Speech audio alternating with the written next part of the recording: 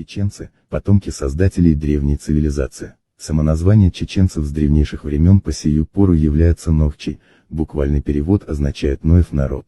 Нохчи чеченцы считают Ноя своим отцом и пророком. Начматяне в переводе означает «страна народа Ноя», а также Ноев язычный народ. Арабы чеченцев с глубин истории по сей день называют Шейшан, что в переводе означает «образцовые». Отсюда пошло русское название Ноева народа чеченцы. Грузины же с незапамятных времен чеченцев называют дзурдзуками, что на грузинском означает «праведные». Чеченцы ислам приняли еще при жизни пророка Мухаммеда. Большая чеченская и делегация, посетившая в Мекке пророка, лично пророком была посвящена в суть ислама, после чего в Мекке посланцы чеченского народа приняли ислам. На обратном пути чеченская делегация, считая о том, что не подобает носить подарок пророка на ногах, в честь пророка Мухаммеда из каракуль, подаренных пророком в дорогу для изготовления обуви, шила папахи, до сих пор хорошо сохранившийся и являющийся основным национальным головным убором, чеченская папаха. По возвращению делегации в Чечению, без всякого принуждения чеченцы приняли ислам, осознавая то, что ислам – это не только магометанство, ведущее свое начало от пророка Мухаммеда, а это изначальная вера монотеизма, совершившая духовную революцию в сознании людей и проложившая четкую грань между языческой дикостью и истинной образованной верой. Немалой причиной, что чеченцы с легкостью добровольно приняли ислам, явилось это обстоятельство, что традиции и обычаи чеченцев, в отличие от других народов мира, в ту пору, как и сегодня, почти полностью сходны с исламом. Эти традиции и язык чеченцы унаследовали от самого Ноя, которого считают своим отцом, впоследствии от Авраама, пронесли сквозь глубину веков и сумели сохранить их в первозданном виде. Значит, законы Нохчи берут начало из одного источника с исламом. Этот источник архангел Гавриил, Джибраил, который по велению Всевышнего ниспосылал пророкам его божественные законы. Библия прямо говорит о том, что древнее население Шумер пришло с Кавказа, и эти переселенцы были потомками Ноя. От них распространились народы по земле после потопа.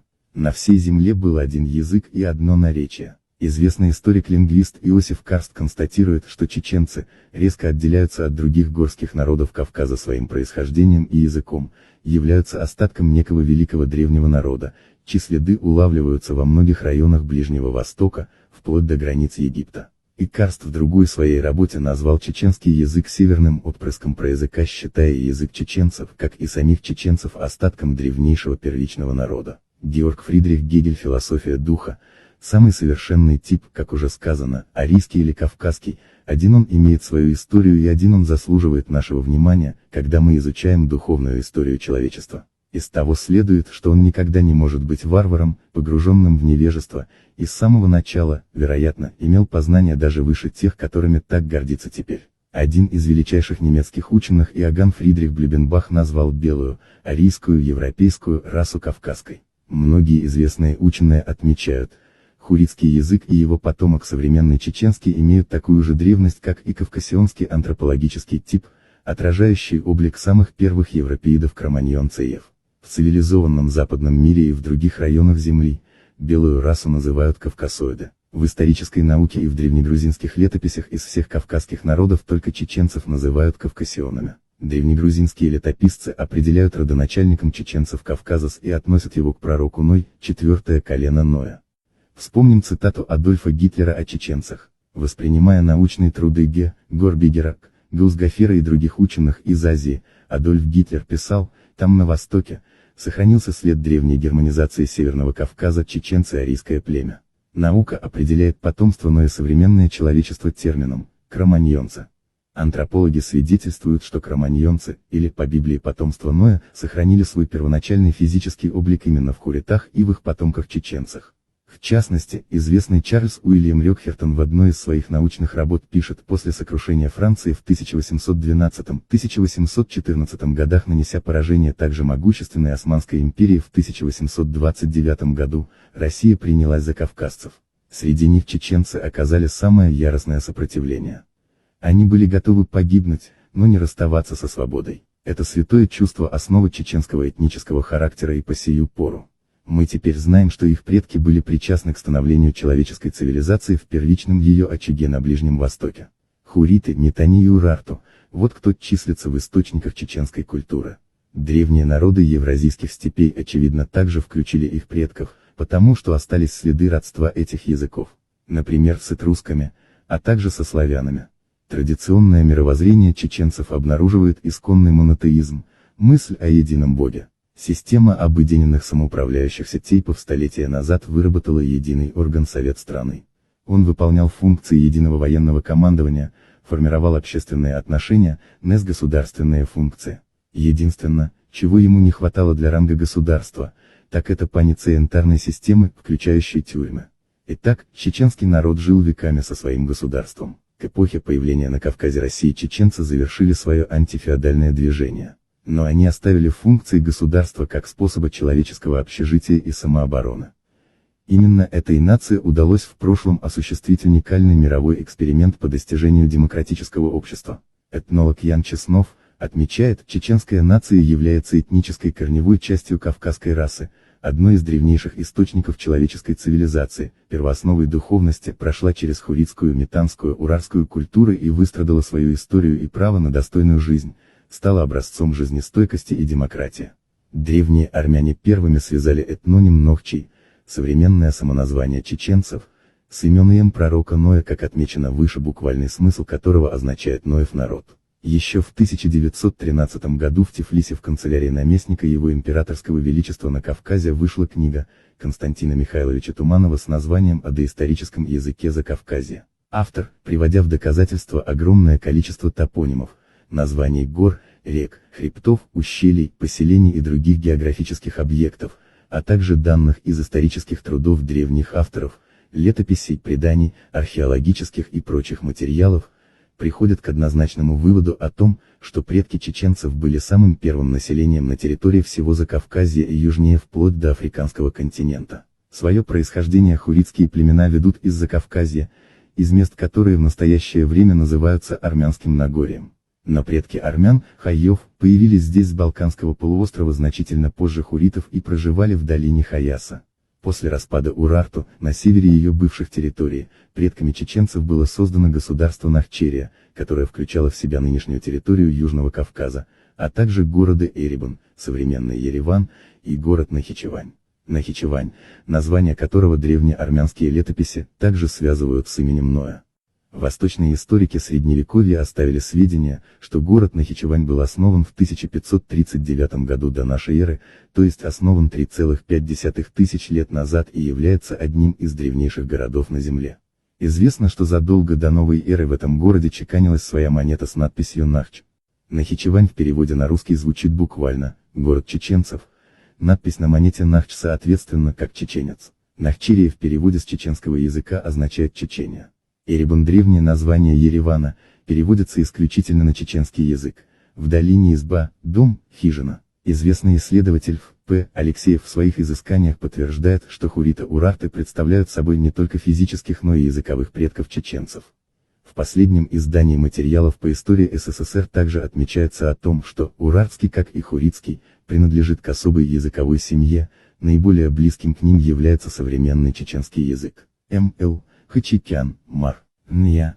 В своих научных трудах отмечают о том, что древние Передней Азии, начиная с середины 3-го тысячелетия до нашей эры, до конца 1-го тысячелетия до нашей эры хуриты были тем народом, культурное влияние которых на остальные народы данного региона, вплоть до Египта и Северного Средиземноморья, было доминирующим.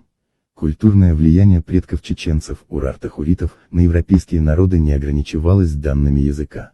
Такие мировые произведения литературы и фольклора, как миф о сотворении мира, миф о Пигмалионе, миф о Прометее и другие, по мнению большинства ученых, возникли впервые у древних народов Месопотамии, ныне представленных на Кавказе в Чечении. Именно здесь, в Месопотамии, в частности в Хуритии, в государстве Урарту, зародилась школа и университет, где обучали различным наукам, письму, счету, геометрии, алгебре. Были найдены клинописные таблички, свидетельствующие о знаниях древних хуритов в этих научных областях. В одной из них доказывается теорема о подобии прямоугольных треугольников, которую приписывают греческому ученому Евклиду. Историкам стало известно, что в Шедумуме, Урарту, ее приняли за 17 веков до Евклида. Обнаружены также математические таблицы, с помощью которых хуриты умножали, извлекали квадратные корни, возводили различные степени, выполняли деление и вычисляли проценты. Садаев Д. Ч. История ДР. Ассирии, СТР, 177. Таким образом, Месопотамия с ее народами хуритами, шумерами и другими явилась по сути древней колыбелью человеческой цивилизации. Здесь зародились почти все атрибуты европейской цивилизации, и письменность, и наука, и литература, и искусство, и многое другое. Публикации 30-х годов немецкого ученого Карста, на известных ученых, лингвистов говорится о том, что факт этнического родства чеченцев с древними хурито-урартами основательно доказан. Специалисты свидетельствуют, что хуритская цивилизация является прямой наследницей самой первой на нашей планете шумеро-аккадской цивилизации, и то, что шумеры более древние предки чеченцев, нежели хуриты, физическое, языковое, генетическое и этническое родство которых с современными чеченцами также полностью доказано. Чеченцы-хуриты, более чем тысячи лет раньше Египта и Китая, создали древнейшие высокоразвитые цивилизации, которые в свою очередь оказали основополагающее значение на возникновение и развитие цивилизаций Египта и Китая. В своем развитии чечено-хуритские цивилизации охватили обширные территории Северного и Южного Кавказа, Передней Азии, Ближнего Востока, Месопотамии, вплоть до границ Египта. В частности, на территории древнего государства Навчматьян, колыбель первых потомков пророка и отца чеченцев Ноя, современная Чечения, а также Азербайджана, Армении, Грузии, Ирана, Ирака, Турции, Сирии, Иордании, Палестины, Ханаана, Ливана, Израиля и Кипра.